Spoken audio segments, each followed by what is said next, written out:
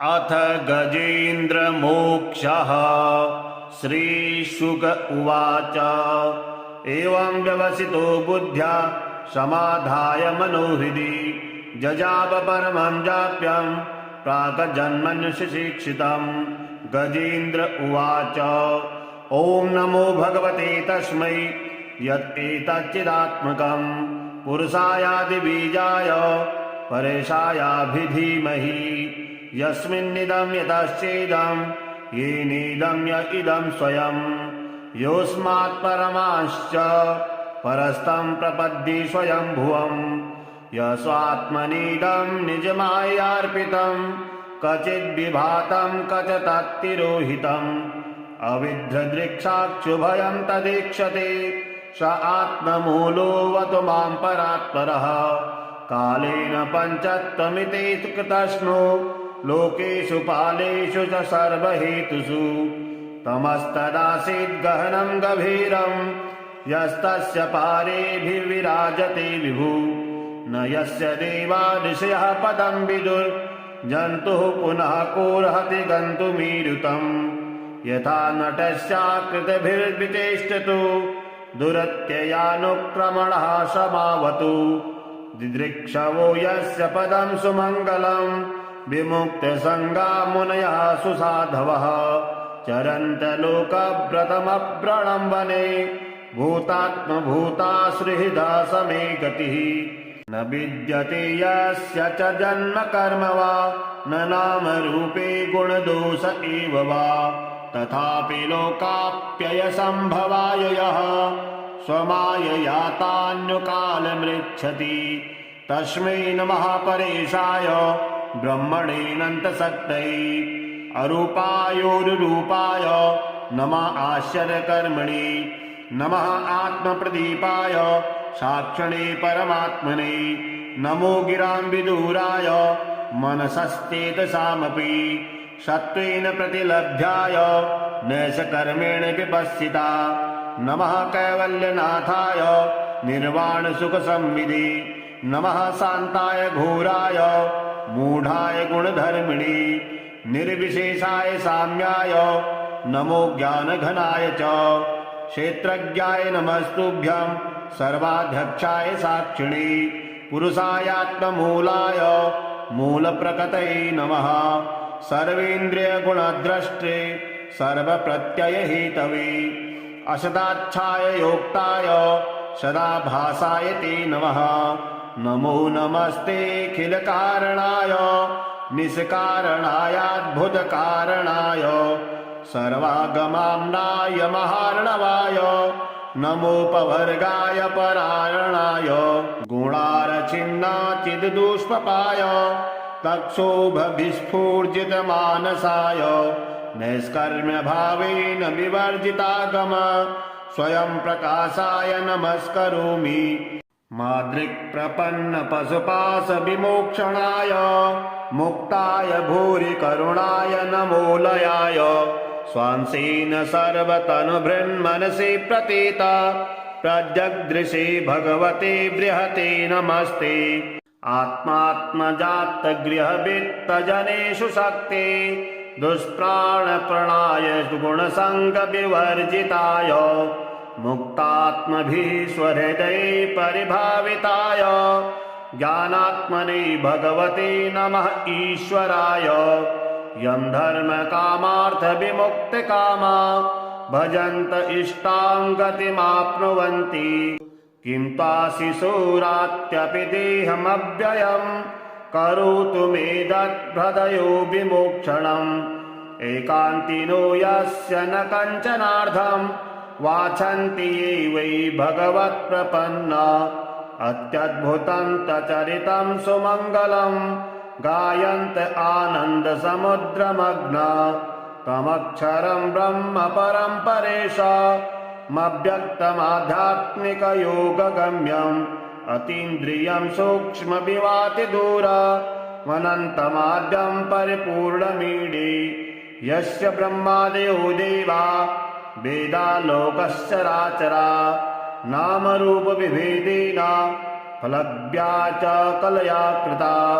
यथार्चिसोऽग्ने सवितुर्गर्भस्थयो निर्यान्ति संयान्त्यसत्वित्सरोचिषः यथा यतोऽयं गुणसम्प्रवाहो बुद्धिर्मनः खानि शरीरसर्गा स वै न देवासुरमत्यतिरिङ्गा न स्त्री न षड्ढो न पुमान जन्तु नायं गुणः कर्म न सन्नतासन् निधेशशेषो जयतादिशेषः जिजीविषेदाहमिहामुयाके मन्तर्बहिश्चावृत्तये भयोन्या इच्छामि कालेन तस्य विपल्लवास् तस्यात्मलोकावरुणस्य मोक्षम् सोऽहं विश्वसृजं विश्वं विश्ववेदसं विश्वात्मजन्मजं ब्रह्म प्रणतोऽस्मि परं पदं योगरन्धितकर्माणो हृदि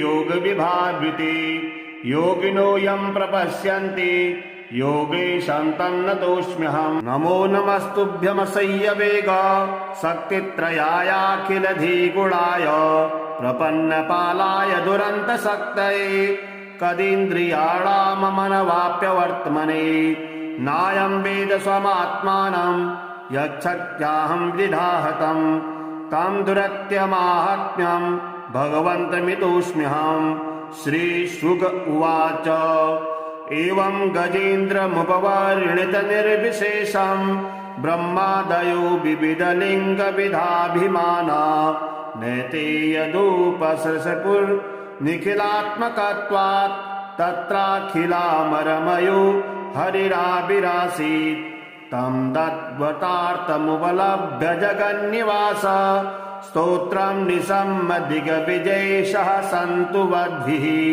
छन्दोमयेन गरुडेन समूह्यमानश्चक्रायुधोऽभ्यगमदासु यतो गजेन्द्रः सोऽन्तः सरुस्यरुबलेन गृहीत आर्तो दृष्ट्वा गुरुत्तमतिहरिं तख उपात चक्रम् उच्छित्त साम्बुजकरं गिरिमाकृच्छत्सा नारायणाखिल गुरु भगवन्नमस्ते तं वीक्ष्य पीडितमजः सहसावतीर्य सग्राहमाशु सरसः कृपयोज्जहार ग्राहाद्विपाटितमुखादरिणा गजेन्द्रम् सम्पश्यतां हरिरमुमुच दुस्त्रियाणाम् श्रीशुक उवाच एवं व्यवसितो बुद्ध्या समाधाय मनोहृदि जजाप परमं जाप्यं प्राक्जन्मन्युशिक्षितं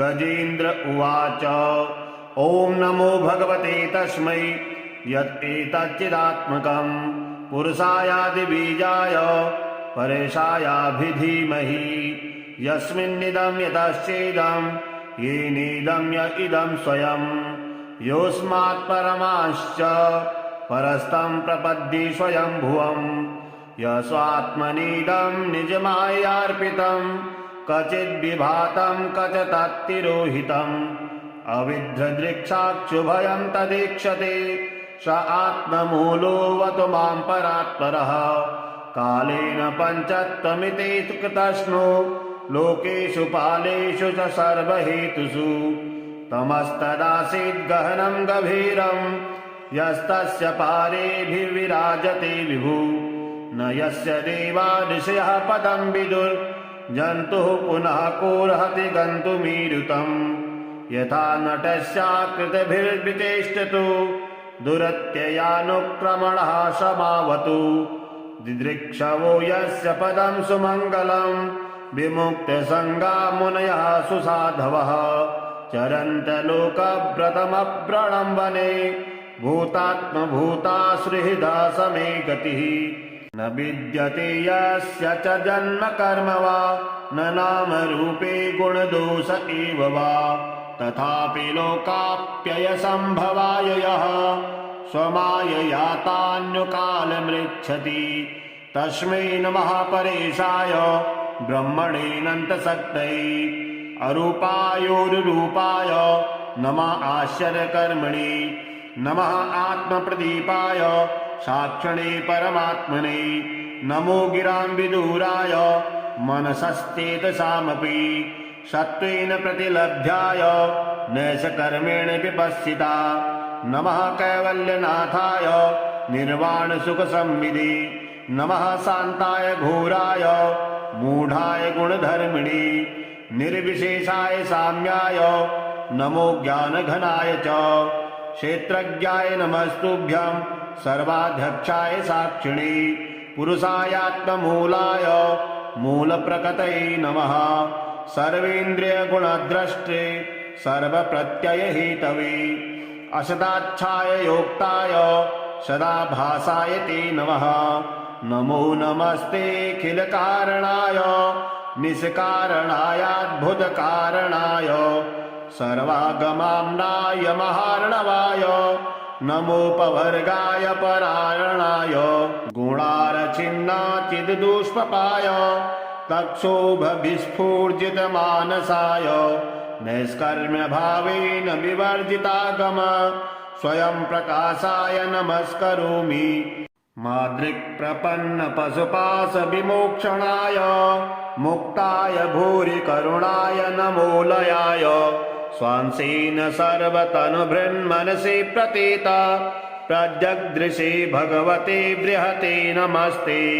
आत्मात्मजातगृहवित्तजनेषु शक्ते दुष्प्राणप्रणाय गुणसङ्गविवर्जिताय मुक्तात्मभिः स्वहृदये परिभाविताय ज्ञानात्मने भगवते नमः ईश्वराय। यं धर्मकामार्थविमुक्तकामा भजन्त इष्टां गतिमाप्नुवन्ति। किं त्वाशिशोरात्यपि देहमव्ययं करोतु मे दद्भृदयो विमोक्षणम्। एकान्तिनो यस्य न कञ्चनार्थं वाछन्ति ये वै भगवत्प्रपन्ना।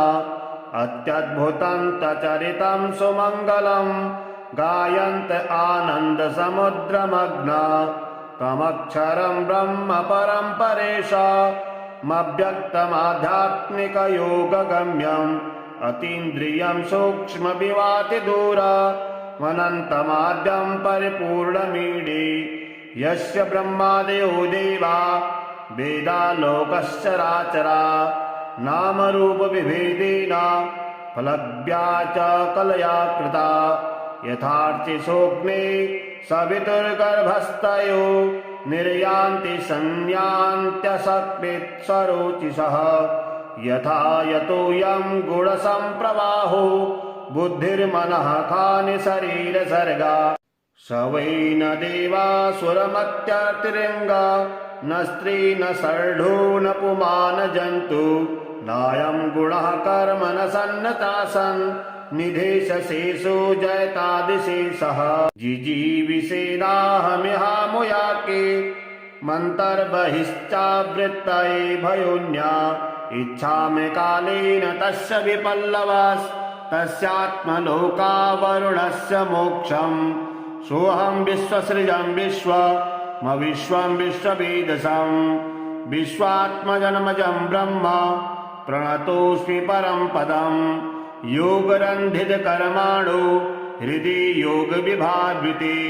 योगिनो यं प्रपश्यन्ति योगेशं तन्नतोऽस्म्यहम्। नमो नमस्तुभ्यमसह्यवेग शक्तित्रयायाखिलधिगुणाय प्रपन्नपालाय दुरन्तशक्तये। कदीन्द्रियाणाममनवाप्यवर्त्मने नायं वेद स्वमात्मानं यच्छक्त्याहं विधाहतम्। तं दुरत्यमाहात्म्यं भगवन्तमितोऽस्म्यहम्। श्रीशुक उवाच एवं गजेन्द्रमुपवर्णितनिर्विशेषं ब्रह्मादयो विविधलिङ्गविधाभिमाना। नैते यदुपसृशपुर्निखिलात्मकत्वात् तत्राखिलामरमयो हरिराविरासीत्। तं दद्वतार्थमुपलभ्य जगन्निवास स्तोत्रं निशम्मदिग्विजयेशः सन्तु वद्भिः। छन्दोमयेन गरुडेन समूह्यमानश्चक्रायुधोऽभ्यगमदासु यतो गजेन्द्रः। सोऽन्तः सरस्य रुबलेन गृहीत आर्तो दृष्ट्वा गुरुत्तमतिहरिं तख उपात चक्रम् उच्छित्त साम्बुजकरं गिरमाः पृच्छत्सा नारायणाखिल गुरु भगवन्नमस्ते। तं वीक्ष्य पीडितमजः सहसावतीर्य सग्राहमाशु सरसः कृपयोज्जहार ग्राहाद्विपाटितमुखादरिणा गजेन्द्रम् सम्पश्यतां हरिरमुमुच दुस्त्रियाणाम्। श्रीशुक उवाच एवं व्यवसितो बुद्ध्या समाधाय मनोहृदि जजाप परमं जाप्यं प्राक्जन्मन्युशिक्षितम्। गजेन्द्र उवाच ॐ नमो भगवते तस्मै यत्एतच्चिदात्मकम् पुरुषायादिबीजाय परेशायाभिधीमहि यस्मिन्निदं यतश्चेदं येनेदं य इदं स्वयं योऽस्मात् परमाश्च परस्तं प्रपद्ये स्वयंभुवम् यस्वात्मनीदं निजमायार्पितं क्वचिद्विभातं क्वचित्तिरोहितम् अविद्रदृक्षाक्षुभयं तदीक्षते स आत्ममूलोऽवतु मां परात्परः। कालेन पञ्चत्वमिति कृतस्नो लोकेषु पालेषु च सर्वहेतुषु तमस्तदासीद् गहनं गभीरं यस्तस्य पारेभिर्विराजते विभु न यस्य देवा ऋषयः पदं विदुर्जन्तुः पुनः कोऽर्हति गन्तुमीरुतम् यथा नटस्याकृतिभिर्विचेष्टतु दुरत्ययानुक्रमणः समावतु दिदृक्षवो यस्य पदं सुमङ्गलं विमुक्तसङ्गा मुनयः सुसाधवः चरन्त लोकव्रतमव्रणं वने भूतात्मभूताश्रिहृदा समे गतिः न विद्यते यस्य च जन्म कर्म वा न नाम रूपे गुणदोष एव वा तथापि लोकाप्ययसम्भवाय यः स्वमायया तान्युकालमृच्छति तस्मै नमः परेशाय ब्रह्मणेऽनन्तशक्तये अरूपायोरुरूपाय नमः आश्चर्यकर्मणे नमः आत्मप्रदीपाय साक्षिणे परमात्मने नमो गिरां विदूराय मनसश्चेतसामपि सत्त्वेन प्रतिलभ्याय नैषकर्मेण विपश्चिता नमः कैवल्यनाथाय निर्वाणसुखसंविदे नमः शान्ताय घोराय मूढाय गुणधर्मिणे निर्विशेषाय साम्याय नमो ज्ञानघनाय च क्षेत्रज्ञाय नमस्तुभ्यं सर्वाध्यक्षाय साक्षिणे पुरुषायात्ममूलाय मूलप्रकृतये नमः सर्वेन्द्रियगुणद्रष्टे सर्वप्रत्ययहेतवे असदाच्छाय योक्ताय सदाभासाय ते नमः नमो नमस्तेऽखिलकारणाय निष्कारणायाद्भुतकारणाय सर्वागमाम्नाय महार्णवाय नमोपवर्गाय परायणाय गुणारचिन्नाचिद्दुष्पपाय तक्षोभविस्फूर्जितमानसाय नैष्कर्म्यभावेन विवर्जितागम स्वयं प्रकाशाय नमस्करोमि मादृक्प्रपन्नपशुपाशविमोक्षणाय मुक्ताय भूरि करुणाय नमोलयाय स्वांसेन सर्वतनुभृन्मनसि प्रतीता प्रजगदृशे भगवते बृहते नमस्ते आत्मात्मजातगृहवित्तजनेषु शक्ते दुष्प्राणप्रणाय गुणसङ्गविवर्जिताय मुक्तात्मभिः स्वहृदये परिभाविताय ज्ञानात्मने भगवते नमः ईश्वराय यं धर्मकामार्थविमुक्तकामा भजन्त इष्टां गतिमाप्नुवन्ति किं त्वाशिशोरात्यपि देहमव्ययं करोतु मे दद्भृदयो विमोक्षणम् एकान्तिनो यस्य न कञ्चनार्थं वाछन्ति ये वै भगवत्प्रपन्ना अत्यद्भुतं तचरितं सुमङ्गलं गायन्त आनन्दसमुद्रमग्ना तमक्षरं ब्रह्म परं परेशामव्यक्तमाध्यात्मिकयोगगम्यम् अतीन्द्रियं सूक्ष्मविवातिदूरमनन्तमाद्यं परिपूर्णमीडे यस्य ब्रह्मादयो देवा वेदालोकश्चराचरा नामरूपविभेदेन फलज्ञा च कलया कृता यथार्थे सोऽग्ने सवितुर्गर्भस्थयो निर्यान्ति संयान्त्यसक्वित्सरोचिषः यथा यतोऽयं गुणसम्प्रवाहो बुद्धिर्मनः खानि शरीरसर्गा स वै न देवासुरमत्यतिरिङ्गा न स्त्री न शर्ढो न पुमान जन्तु नायं गुणः कर्म न सन्नतासन् निधेशशेषो जयतादिशेषः जिजीविषेणाहमिहामुयाके मन्तर्बहिश्चावृत्तये भयोन्या इच्छामि कालेन तस्य विपल्लवास्तस्यात्मलोकावरुणस्य मोक्षम् सोऽहं विश्वसृजं विश्वमविश्वं विश्ववेदसं विश्वात्मजन्मजं ब्रह्म प्रणतोऽस्मि परं पदं योगरन्धितकर्माणो हृदि योगविभावृते योगिनो यं प्रपश्यन्ति योगेशं तन्नतोऽस्म्यहम् नमो नमस्तुभ्यमसह्यवेग शक्तित्रयायाखिलधिगुणाय प्रपन्नपालाय दुरन्तशक्तये कदीन्द्रियाणाममनवाप्यवर्त्मने नायं वेद स्वमात्मानं यच्छक्त्याहं विधाहतं तं दुरत्यमाहात्म्यं भगवन्तमितोऽस्म्यहम् श्रीशुक उवाच एवं गजेन्द्रमुपवर्णितनिर्विशेषं ब्रह्मादयो विविधलिङ्गविधाभिमाना नैते यदुपसृशपुर्निखिलात्मकत्वात् तत्राखिलामरमयो हरिराविरासीत् तं तद्वतार्थमुपलभ्य जगन्निवास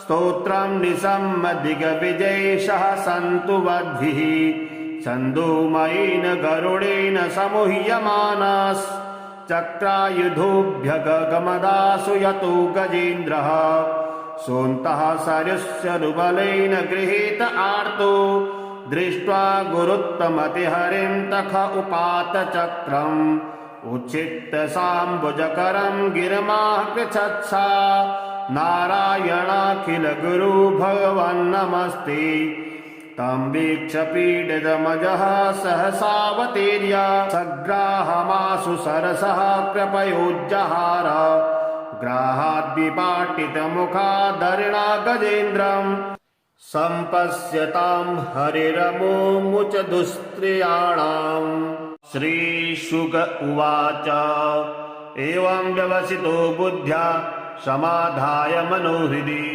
जजाप परमं जाप्यं प्राक्जन्मन्युशिक्षितं गजेन्द्र उवाच ॐ नमो भगवते तस्मै यत् एतच्चिदात्मकं पुरुषायादिबीजाय परेशायाभिधीमहि यस्मिन्निदं यतश्चेदं येनेदं य इदं स्वयं योऽस्मात् परमाश्च परस्तं प्रपद्ये स्वयंभुवम् यस्वात्मनीदं निजमायार्पितं क्वचिद्विभातं क्वचित्तिरोहितम् अविद्रदृक्षाक्षुभयं तदीक्षते स आत्ममूलोऽवतु मां परात्परः कालेन पञ्चत्वमिति कृतस्नो लोकेषु पालेषु च सर्वहेतुषु तमस्तदासीद् गहनं गभीरं यस्तस्य पारेभिर्विराजते विभु न यस्य देवा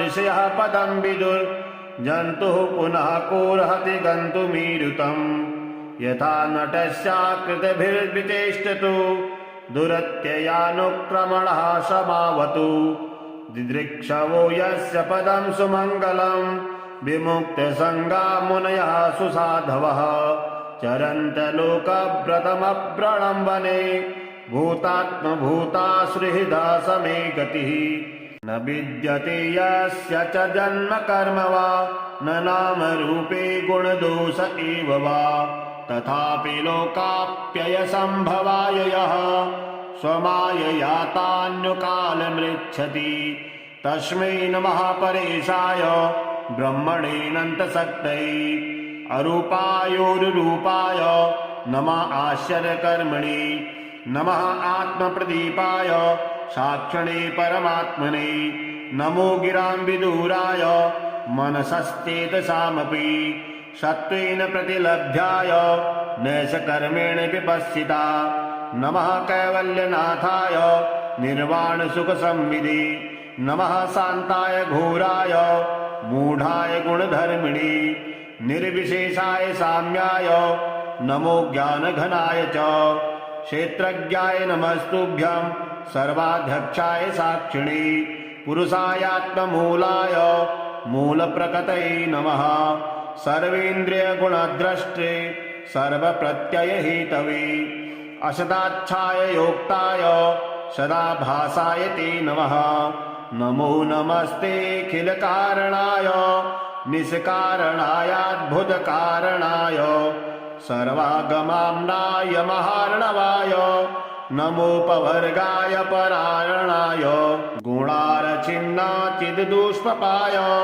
तक्षोभविस्फूर्जितमानसाय नैष्कर्म्यभावेन विवर्जितागम स्वयं प्रकाशाय नमस्करोमि मादृक्प्रपन्नपशुपाशविमोक्षणाय मुक्ताय भूरि करुणाय नमोलयाय स्वांसेन सर्वतनुभृन्मनसि प्रतीता प्रजगदृशे भगवते बृहते नमस्ते आत्मात्मजातगृहवित्तजनेषु शक्ते दुष्प्राणप्रणाय गुणसङ्गविवर्जिताय मुक्तात्मभिः स्वहृदये परिभाविताय ज्ञानात्मने भगवते नमः ईश्वराय यं धर्मकामार्थविमुक्तकामा भजन्त इष्टां गतिमाप्नुवन्ति किं त्वाशिशोरात्यपि देहमव्ययं करोतु मे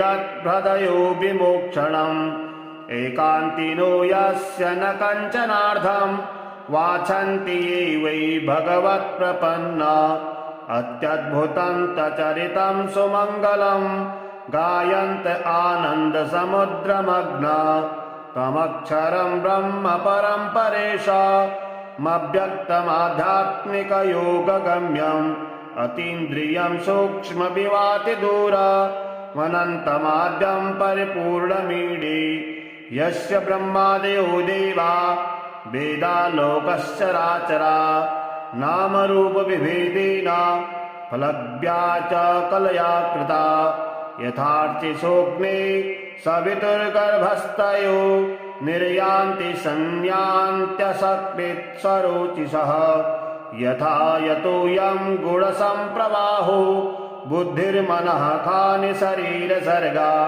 स वै न देवासुरमत्यतिरिङ्गा न स्त्री न सर्ढो न पुमान जन्तु नायं गुणः कर्म न सन्नतासन् निधेशशेषो जयतादिशेषः जिजीविषेणाहमिहामुयाके मन्तर्बहिश्चावृत्तये भयोन्या इच्छामि कालेन तस्य विपल्लवास्तस्यात्मलोकावरुणस्य मोक्षम् सोऽहं विश्वसृजं विश्वं विश्ववेदसं विश्वात्मजन्मजं ब्रह्म प्रणतोऽस्मि परं पदम् योगरन्धितकर्माणो हृदि योगविभावृते योगिनो यं प्रपश्यन्ति योगे सन्तं नतोऽस्म्यहम् नमो नमस्तुभ्यमसह्यवेग शक्तित्रयायाखिलधिगुणाय प्रपन्नपालाय दुरन्तशक्तये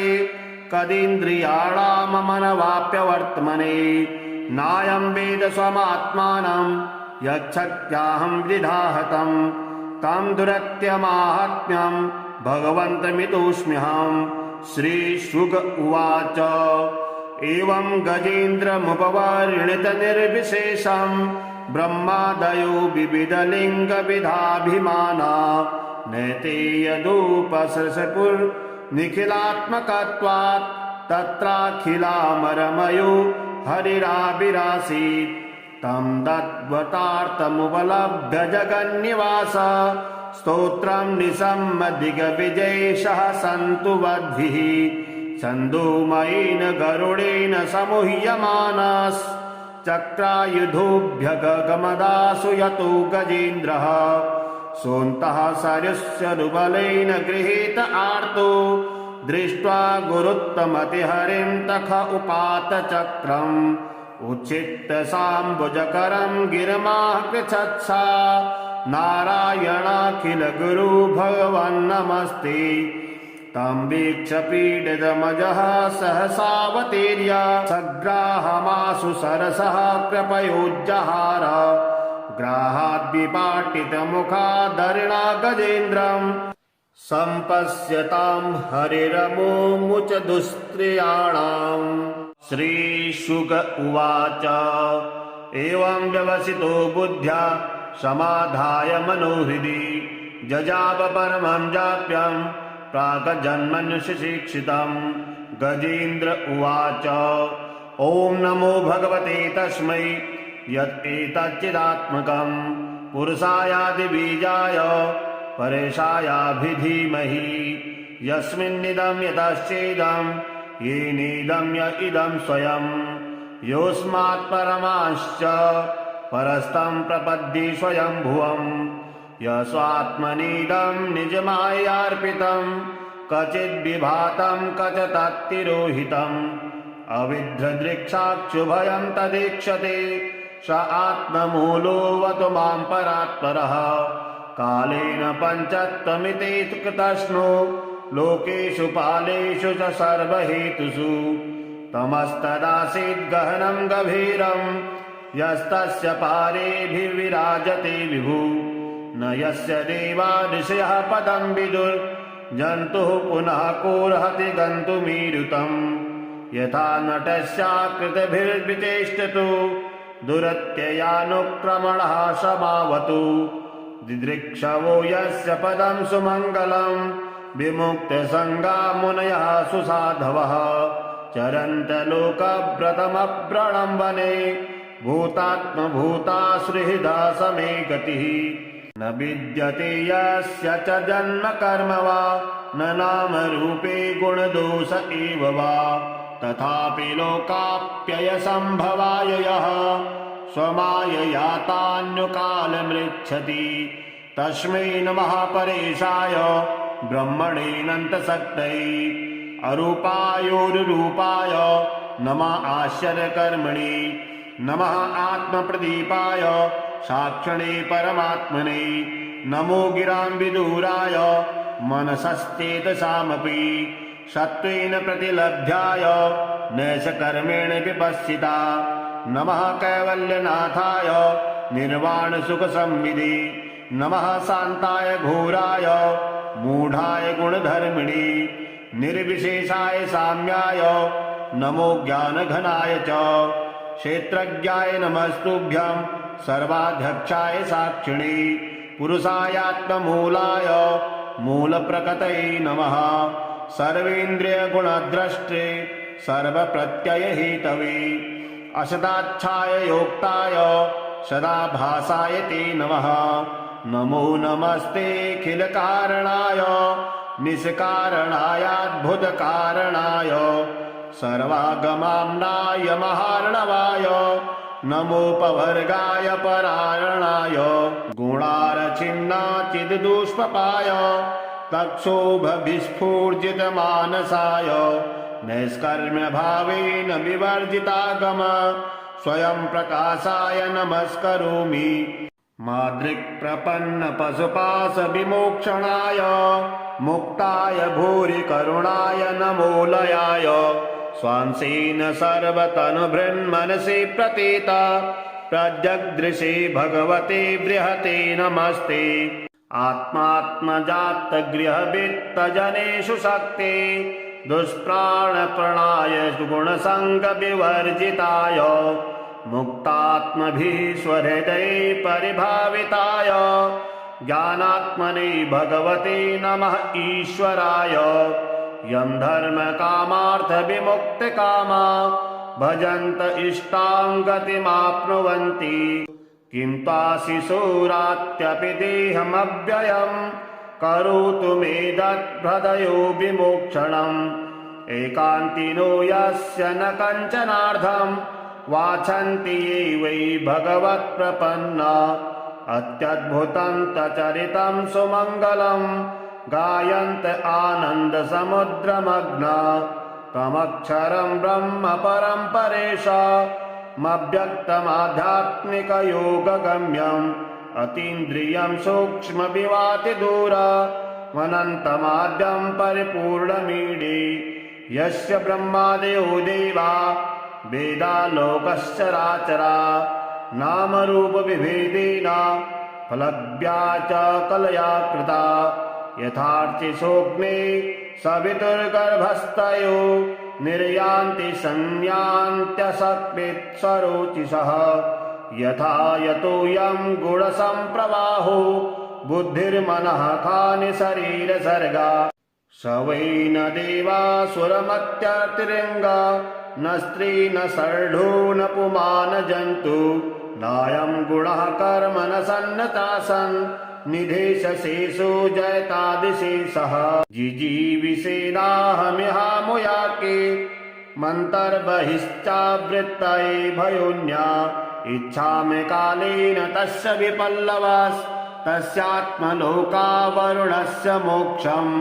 सोऽहं विश्वसृजं विश्वं विश्ववेदसं विश्वात्मजन्मजं ब्रह्म प्रणतोऽस्मि परं पदम्। योगरन्धितकर्माणो हृदि योगविभावृते योगिनो यं प्रपश्यन्ति योगेशं तन्नतोऽस्म्यहम्। नमो नमस्तुभ्यमसह्यवेग शक्तित्रयायाखिलधिगुणाय प्रपन्नपालाय दुरन्तशक्तये कदीन्द्रियाणाममनवाप्यवर्त्मने। नायं वेद स्वमात्मानं यच्छक्त्याहं विधाहतं तं दुरत्यमाहात्म्यं भगवन्तमितोऽस्म्यहम्। श्रीशुक उवाच एवं गजेन्द्रमुपवर्णितनिर्विशेषं ब्रह्मादयो विविधलिङ्गविधाभिमाना। नैते यदुपसृशकुर्निखिलात्मकत्वात् तत्राखिलामरमयो हरिराविरासीत्। तं तद्वतार्थमुपलभ्य जगन्निवास स्तोत्रं निशम्य दिग्विजयेशः सन्तु वद्भिः। छन्दोमयेन गरुडेन समूह्यमानश्चक्रायुधोऽभ्यगमदासु यतो गजेन्द्रः। सोऽन्तः सरस्यरुबलेन गृहीत आर्तो दृष्ट्वा गुरुत्तमतिहरिं तख उपात चक्रम्। उच्छित्य साम्बुजकरं गिरिमाः पृच्छत्सा नारायणाखिल गुरु भगवन्नमस्ते। तं वीक्ष्य पीडितमजः सहसावतीर्य सग्राहमाशु सरसः कृपयोज्जहार। ग्राहाद्विपाटितमुखादरिणा गजेन्द्रम् सम्पश्यतां हरिरमुमुच दुस्त्रियाणाम्। श्रीशुक उवाच एवं व्यवसितो बुद्ध्या समाधाय मनोहृदि जजाप परमं जाप्यं प्राक्जन्मन्युशिक्षितम्। गजेन्द्र उवाच ॐ नमो भगवते तस्मै यत् एतच्चिदात्मकं पुरुषायादिबीजाय परेशायाभिधीमहि। यस्मिन्निदं यतश्चेदं येनेदं य इदं स्वयं योऽस्मात् परमाश्च परस्तं प्रपद्ये स्वयंभुवम्। यस्वात्मनीदं निजमायार्पितं क्वचिद्विभातं क्वचित्तिरोहितम्। अविद्रदृक्साक्षुभयं तदीक्षते स आत्ममूलोऽवतु मां परात्परः। कालेन पञ्चत्वमिते कृतस्नो लोकेषु पालेषु च सर्वहेतुषु। तमस्तदासीद् गहनं गभीरं यस्तस्य पारेभिर्विराजते विभु न यस्य देवा ऋषयः पदं विदुर्जन्तुः पुनः कोऽर्हति गन्तुमीरुतम् यथा नटस्याकृतिभिर्विचेष्टतु दुरत्ययानुक्रमणः समावतु दिदृक्षवो यस्य पदं सुमङ्गलं विमुक्तसङ्गा मुनयः सुसाधवः चरन्तलोकव्रतमव्रणं वने भूतात्मभूतासुहृदा समे गतिः न विद्यते यस्य च जन्म कर्म वा न नाम रूपे गुणदोष एव वा तथापि लोकाप्ययसम्भवाय यः स्वमायया तान्युकालमृच्छति तस्मै नमः परेशाय ब्रह्मणेऽनन्तशक्तये अरूपायोरुरूपाय नमः आश्चर्यकर्मणे नमः आत्मप्रदीपाय साक्षिणे परमात्मने नमो गिरां विदूराय मनसश्चेतसामपि सत्त्वेन प्रतिलभ्याय नैषकर्मेण विपश्चिता नमः कैवल्यनाथाय निर्वाणसुखसंविदे नमः शान्ताय घोराय मूढाय गुणधर्मिणे निर्विशेषाय साम्याय नमो ज्ञानघनाय च क्षेत्रज्ञाय नमस्तुभ्यं सर्वाध्यक्षाय साक्षिणे पुरुषायात्ममूलाय मूलप्रकृतये नमः सर्वेन्द्रियगुणद्रष्टे सर्वप्रत्ययहेतवे असदाच्छाय योक्ताय सदाभासाय ते नमः नमो नमस्तेऽखिलकारणाय निष्कारणायाद्भुतकारणाय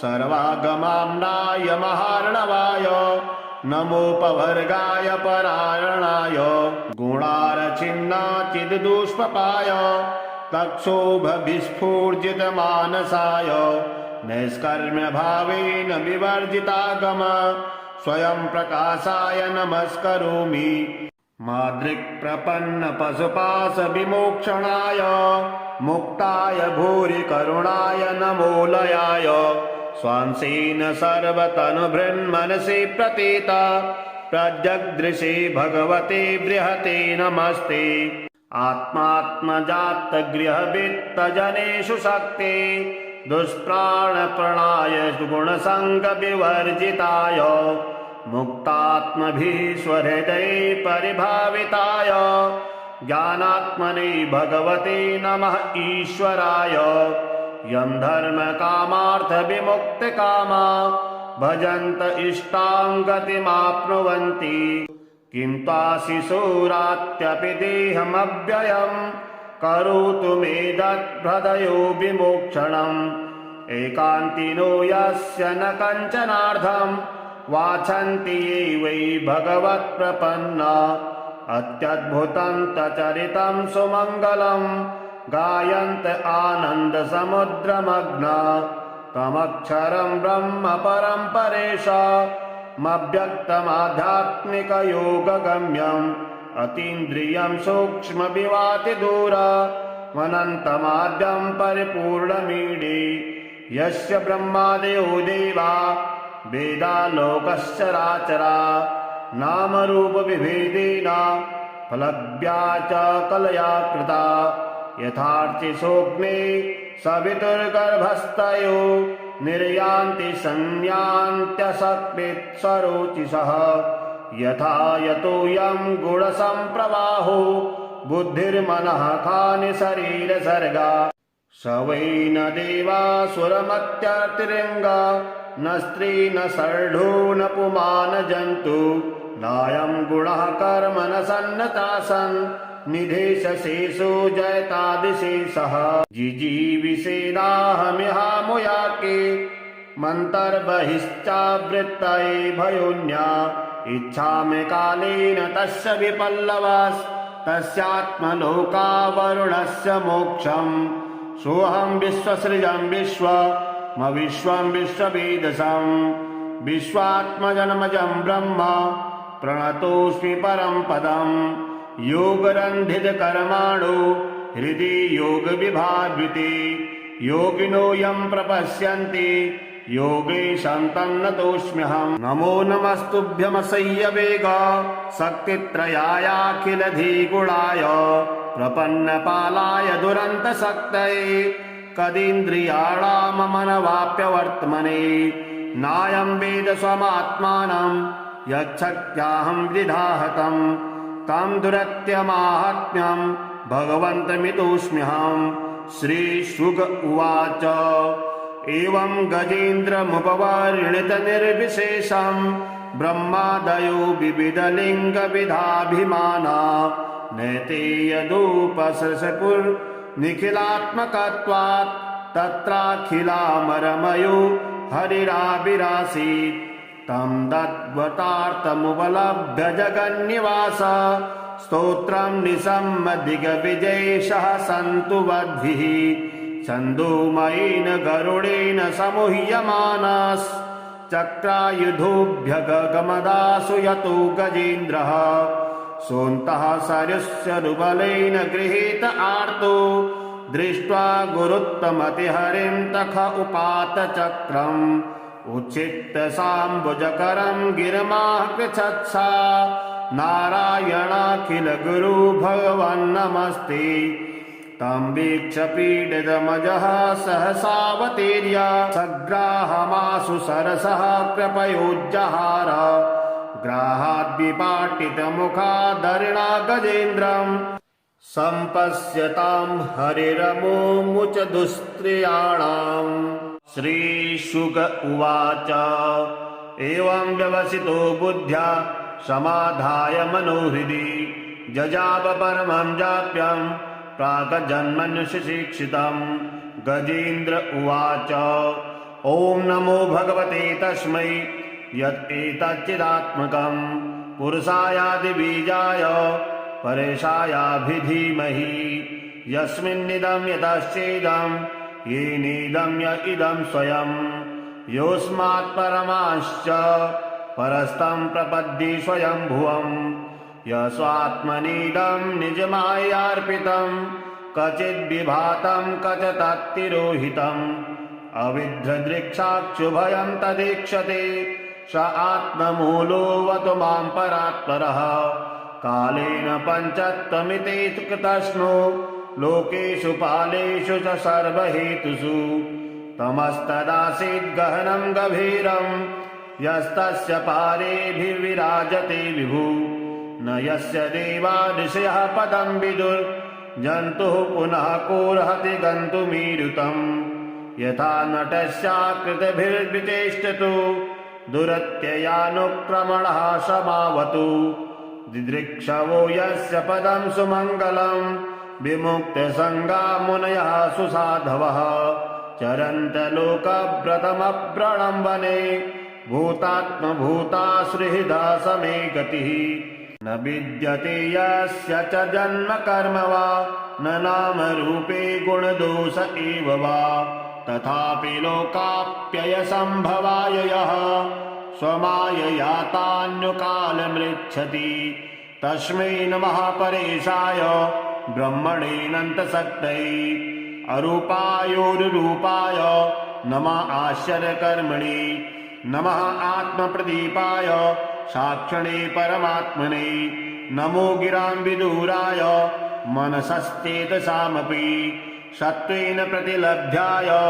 नैषकर्मेण विपश्चिता नमः कैवल्यनाथाय निर्वाणसुखसंविदे नमः शान्ताय घोराय मूढाय गुणधर्मिणे निर्विशेषाय साम्याय नमो ज्ञानघनाय च क्षेत्रज्ञाय नमस्तुभ्यं सर्वाध्यक्षाय साक्षिणे पुरुषायात्ममूलाय मूलप्रकृतये नमः सर्वेन्द्रियगुणद्रष्टे सर्वप्रत्ययहेतवे असदाच्छाय योक्ताय सदाभासाय ते नमः नमो नमस्तेऽखिलकारणाय निष्कारणायाद्भुतकारणाय सर्वागमाम्नाय महार्णवाय नमोपवर्गाय परायणाय गुणारचिन्नाचिद्दुष्पपाय तक्षोभविस्फूर्जितमानसाय नैष्कर्म्य भावेन विवर्जितागम स्वयं प्रकाशाय नमस्करोमि मादृक्प्रपन्न पशुपाश विमोक्षणाय मुक्ताय भूरि करुणाय नमोलयाय स्वांसेन सर्वतनुभृन्मनसि प्रतीता प्रजगदृशे भगवते बृहते नमस्ते आत्मात्मजातगृहवित्तजनेषु शक्ते दुष्प्राणप्रणाय गुणसङ्गविवर्जिताय मुक्तात्मभिः स्वहृदये परिभाविताय ज्ञानात्मने भगवते नमः ईश्वराय यं धर्मकामार्थविमुक्तकामा भजन्त इष्टां गतिमाप्नुवन्ति किं त्वाशिशूरात्यपि देहमव्ययं करोतु मे दत्हृदयो विमोक्षणम् एकान्तिनो यस्य न कञ्चनार्थं वाछन्ति ये वै भगवत्प्रपन्ना अत्यद्भुतं तचरितं सुमङ्गलं गायन्त आनन्दसमुद्रमग्ना तमक्षरं ब्रह्म परं परेशामव्यक्तमाध्यात्मिकयोगगम्यम् अतीन्द्रियं सूक्ष्मविवातिदूरमनन्तमाद्यं परिपूर्णमीडे यस्य ब्रह्मादयो देवा वेदालोकश्चराचरा नामरूपविभेदेन फलज्ञा च कलया कृता यथार्थे सोऽग्ने सवितुर्गर्भस्थयो निर्यान्ति संयान्त्यसकृत्सरोचिषः यथा यतोऽयं गुणसम्प्रवाहो बुद्धिर्मनः खानि शरीरसर्गा स वै न देवासुरमत्यतिरिङ्गा न स्त्री न षड्ढो न पुमान जन्तु नायं गुणः कर्म न सन्नतासन् निधेशशेषो जयतादिशेषः जिजीविषेणाहमिहामुयाके मन्तर्बहिश्चावृत्तये भयोन्या इच्छामि कालेन तस्य विपल्लवस्तस्यात्मलोकावरुणस्य मोक्षम् सोऽहं विश्वसृजं विश्वं विश्ववेदसं विश्वात्मजन्मजं ब्रह्म प्रणतोऽस्मि परं पदम् योगरन्धितकर्माणो हृदि योगविभावृते योगिनो यं प्रपश्यन्ति योगेशं तन्नतोऽस्म्यहम् नमो नमस्तुभ्यमसह्यवेग शक्तित्रयायाखिलधिगुणाय प्रपन्नपालाय दुरन्तशक्तये कदीन्द्रियाणाममनवाप्यवर्त्मने नायं वेद स्वमात्मानं यच्छक्त्याहं वृधाहतं तं दुरत्यमाहात्म्यं भगवन्तमितोऽस्म्यहम् श्रीशुक उवाच एवं गजेन्द्रमुपवर्णितनिर्विशेषं ब्रह्मादयो विविधलिङ्गविधाभिमाना नैते यदुपसृशपुर्निखिलात्मकत्वात् तत्राखिलामरमयो हरिराविरासीत् तं दद्वतार्थमुपलभ्य जगन्निवास स्तोत्रं निसम्मदिग्विजयेशः सन्तु वद्भिः छन्दोमयेन गरुडेन समूह्यमानश्चक्रायुधोऽभ्यगमदासु यतो गजेन्द्रः सोऽन्तः सरुबलेन गृहीत आर्तो दृष्ट्वा गुरुत्तमतिहरिं तख उपात चक्रम् उच्छित्य साम्बुजकरं गिरिमाः पृच्छत्सा नारायणाखिल गुरु भगवन्नमस्ते तं वीक्ष्य पीडितमजः सहसावतीर्य सग्राहमाशु सरसः कृपयोज्जहार ग्राहाद्विपाटितमुखादरिणा गजेन्द्रम् सम्पश्यतां हरिरमुमुच दुस्त्रियाणाम्